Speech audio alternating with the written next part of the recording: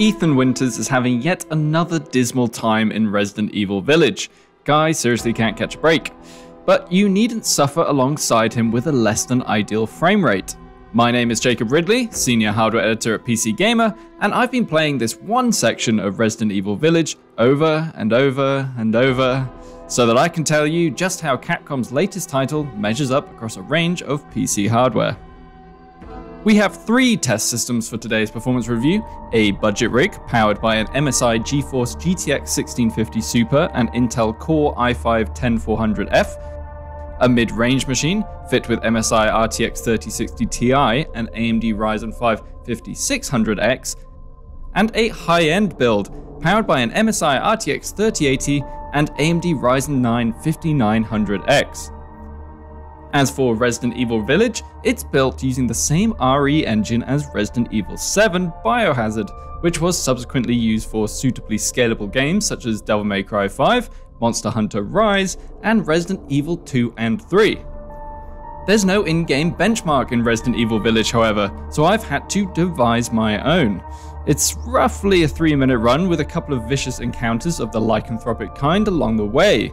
It covers both player-led action and cutscenes rendered in the game engine, which tallies with the true in-game experience.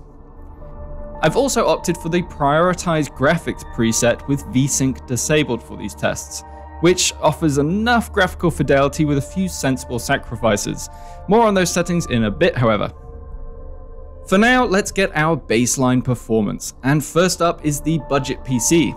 With a 1650 Super in tow, this PC manages to scrape just shy of 60 FPS on average, with 1% lows around the 50 FPS mark.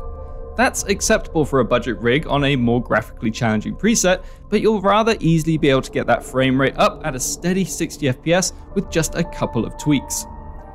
Then we have the mid-range and high-performance PCs, both of which easily nail 144 plus frame rates in-game.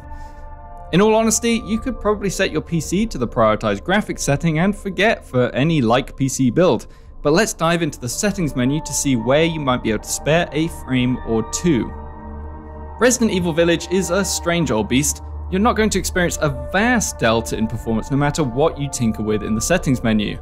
That said, you can still gain a few precious frames here or there if need be. Here's how best to go about it. Subsurface scattering is effectively a way for the game engine to more accurately display light with translucent objects, and is most often used to display the glow of light through areas of skin. It can work with all manner of objects, but it's also one of the more demanding settings in Resident Evil Village and isn't too sorely missed when disabled. Shadows are a likely suspect when it comes to frame rates in most games, and Resident Evil Village is no different. I'll admit, dropping shadow quality to low does have a material impact on the game's visuals in some areas, especially once you're in a low light area indoors, but you'll be rewarded with a decent increase in performance as a result. Variable rate shading is a native feature of DX12 Ultimate, and is tipped to become a much bigger deal in the near future. That said, it does require recent hardware in order to get operating, and in Resident Evil Village, I find it contributes to a weird old school retro aesthetic when enabled. It's kind of a strange vibe. As such, I'm a little hesitant to recommend it as your first port of call for performance, but when in a pinch, its prioritized performance setting offers a moderate bump to frame rates. Adjusting the rendering mode is a rather significant step down in quality, yet it also brings about the best results. If you're gaming on a smaller screen, perhaps you can kind of get away with it, or if you're just itching for extra frames, shifting from normal to interlace rendering mode makes a huge difference to performance, the biggest positive leap of any setting. On the flip side, the largest reduction in performance, unsurprisingly, comes from enabling ray tracing.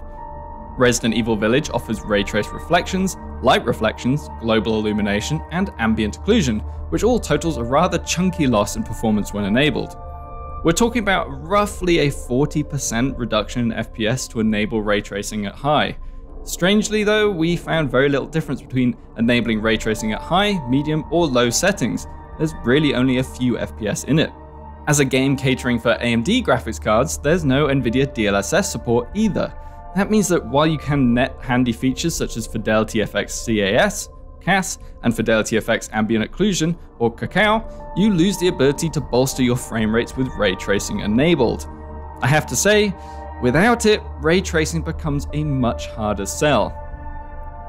But there's something to be said for Resident Evil Village in terms of overall performance. The game runs like a dream on a wide gamut of gaming hardware. Whilst adjustments in the settings menu don't offer much in the way of performance, there's a good chance you won't need to change all that much to keep this game running smoothly anyways. If you want more in-depth analysis than that, check out my full performance review over at PCgamer.com. Thanks for watching.